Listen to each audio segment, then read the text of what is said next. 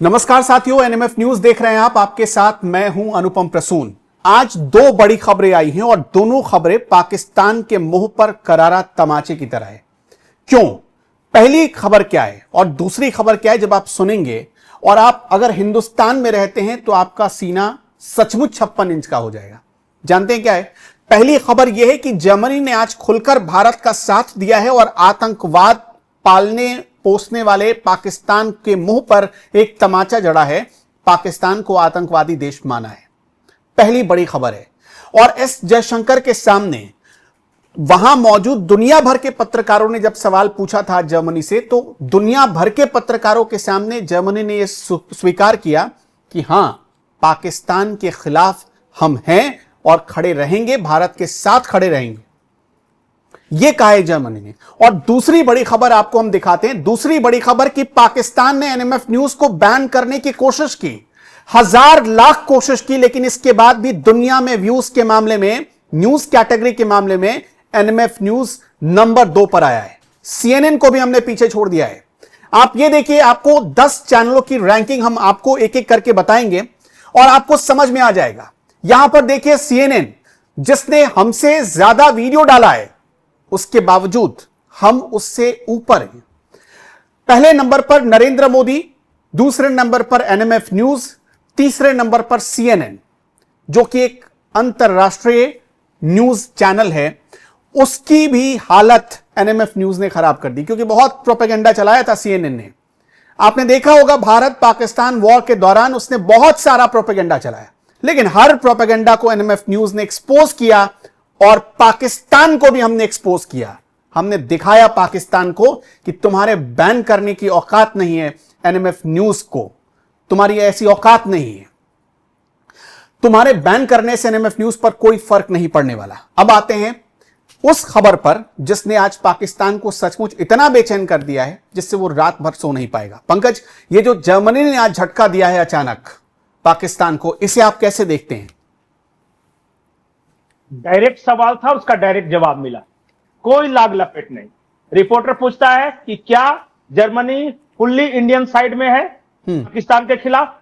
अंग्रेजी में क्वेश्चन था, is Germany now fully on India side against Pakistan, और एक शब्द में जवाब मिला, एब्सोल्युटली यस। ताकि कोई, पाकिस्तान की आदत है ना कि नहीं, बीच में देखिए ये भी बोला था वो ही बोला था, नहीं, जर्मनी पूरी तरह भारत के साथ खड़ा है और पाकिस्तान के अगेंस्ट है। इतना डिप्लोमेसी में इतना स्पष्ट और खरा खरा नहीं बोला जाता। मैं चाहता हूं कि एक बार आप सुना दीजिए, मजा आ जाएगा। देखिए क्या है कि वो जो प्रेस कॉन्फ्रेंस में छोटा सा सवाल है और छोटा सा जवाब है, और अब कोई भी किसी तरह का प्रोपेगेंडा चल नहीं रहा है। जर्मनी एक लाइन में, एक शब्द में सीधे बोलता है कि यस, हम भारत के साथ हैं और पाकिस्तान के खिलाफ है। दिखाइए।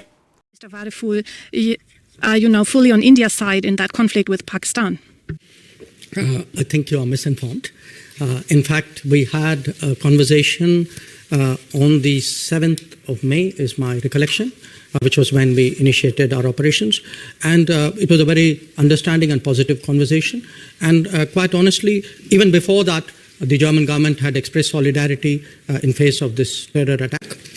And the minister also very clearly conveyed Germany's understanding that every nation has a right to defend itself against terrorism.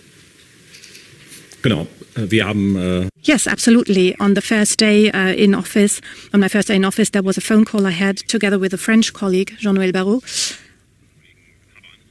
And I was able to call my colleague with him. We got a first-hand report, and Germany will support any fight against terrorism. I've just highlighted that this is our position, and terrorism must never have a place in the world, nowhere. And this is why we will support everyone who fights and has to fight terrorism. And we very much appreciate that a ceasefire has been reached, and we hope that there will be a solution soon.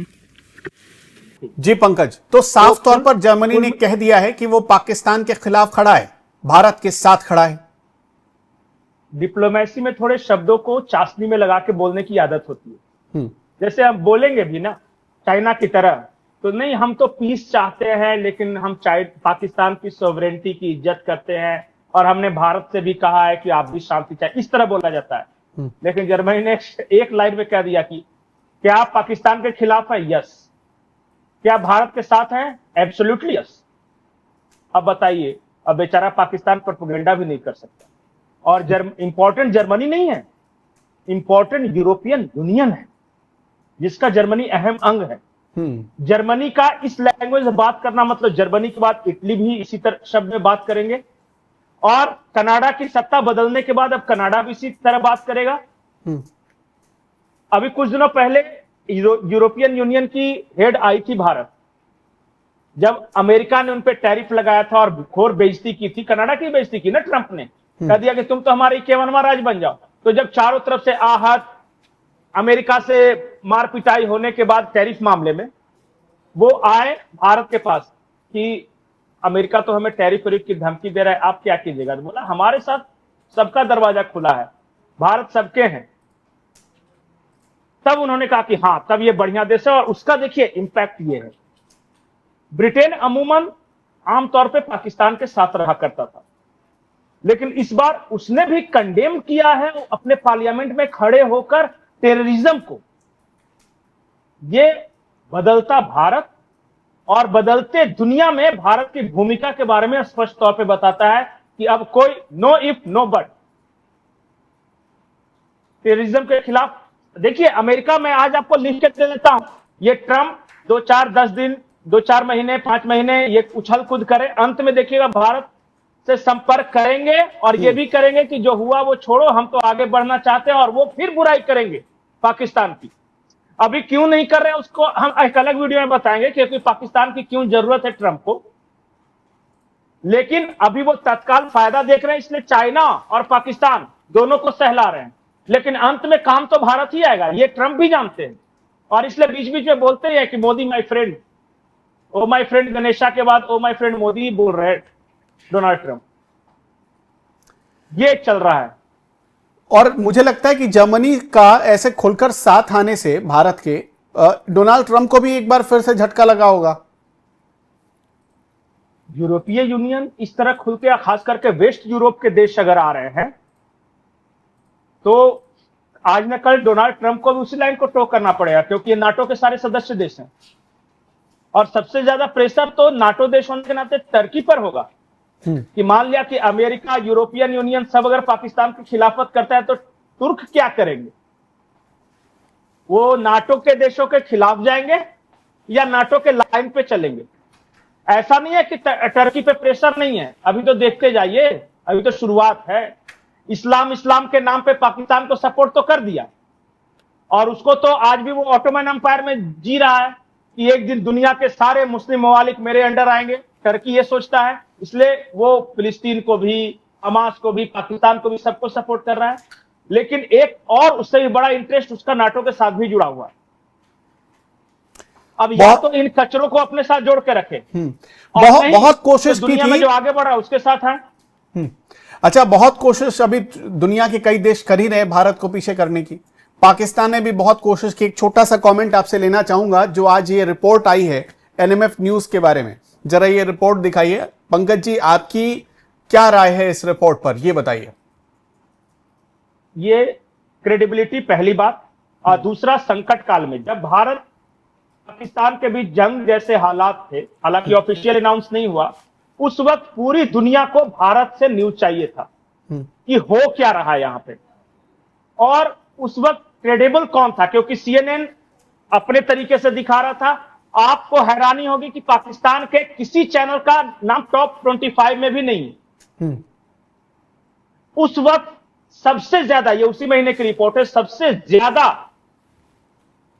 लोग देख रहे थे NMF से। और जो माहौल बन रहा था, ये नहीं, माफ कीजिएगा, पहलगांव घटना के बाद की ये रिपोर्ट है। 7 तारीख वाली जो जंग वाला जो आएगा वो देखिएगा, वो और आएगा कुछ और बेहतर परिणाम के साथ। क्योंकि उस वक्त हमने भी अपने चैनल व्यूज देखे थे कि लगातार कैसे बढ़ रहा था। और ये वर्ल्ड वाइड है, दुनिया में, अमेरिका में बैठा हुआ कोई राष्ट्रभक्त भारतीय हो, कनाडा में बैठा हुआ हो, अफ्रीका में बैठा हुआ है, या इवन अजरबैजान और तुर्की में बैठा हुआ कोई भारतीय जो हिंदी समझता है ना, तो सबसे पहले इस तरह के इंटरनेशनल खबरों के लिए, डिप्लोमेटिक खबरों के लिए एनएमएफ न्यूज पहले लगाता है। क्योंकि सास ने बहू को झोंटा मारा, नाली में पानी नहीं ये प्याज महंगा, ये तो बहुत चलाने वाले हैं, लेकिन एक समझ विकसित करने वाला भारत के पर्सपेक्टिव को लेके कि भारत क्या सोचता है, ये दिखाने वाला एनएमएफ ही है। अच्छा, बहुत सारे लोग के रिलेशंस होते हैं, पाकिस्तान में है, बांग्लादेश में है, क्या चल रहा है, ये सब एनएमएफ से ज्यादा किसी ने कवरेज नहीं किया। अच्छा, बहुत सारे लोग अब इस पर मतलब अपनी प्रतिक्रिया भी रखेंगे कि आप ये बताइए कि सीएनएन ने तो 18 बिलियन के आसपास व्यूज हासिल किए, एनएमएफ ने 10 बिलियन के आसपास व्यूज हासिल किए। जरा वो टैली दिखाइए लोगों को। इसमें दो तीन बातें समझा देते हैं, पहले आप समझ लीजिएगा। सब्सक्राइबर के मामले में और वीडियोस के मामले में सीएनएन ने एनएमएफ न्यूज से ज्यादा वीडियोस डाले हैं, इसके बाद भी उसके सब्सक्राइबर कम हैं, जबकि एनएमएफ न्यूज ने सीएनएन से कम वीडियो डाला है, उसके बाद भी उसके सब्सक्राइबर्स ज्यादा हैं और उसने इस मंथ वीडियो व्यूज भी ज्यादा गेन किया है। इसलिए आप इसे 2 नंबर पर देख पा रहे हैं और सीएनएन को 3 नंबर पर देख पा रहे हैं। हम किसी और देश को नहीं बल्कि पाकिस्तान को यह बताना चाहते हैं कि पाकिस्तान वालों, आप ये देख लो कि जिस सीएनएन के क्लिप काटकर आप अपना प्रोपेगेंडा चला रहे थे, उस सीएनएन को हमने कैसे करारा जवाब दिया है। एक मतलब उस सीएनएन के लिए भी एक सबक होगा कि किसी के नैरेटिव में मत फंसना। क्या सहमत हैं आप पंकज जी? हमारा व्यू टाइम पर वीडियो ज्यादा है, हमारे वीडियो को ज्यादा देर तक और ज्यादा लोगों ने देखा है। नंबर ऑफ वीडियोस में सीएनएन ने ज्यादा डाले हैं, लेकिन उनके वीडियो को ऐसे भी आप सीएनएन के यूट्यूब चैनल पे जाकर देखिए और देखिए कि उनके हर वीडियो को कितने लोग देख रहे हैं, और ये देखिए कि एनएमएफ के हर वीडियो को कितने देख रहे हैं। और बहुत बहुत शुक्रिया, बहुत बहुत शुक्रिया दर्शकों। आज ये दो बड़ी मामला तब आज ये 2 बड़ी खबरें आई, 2 बड़ी खुशखबरी आई भारत के लिए।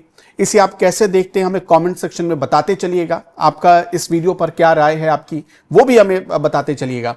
नमस्कार।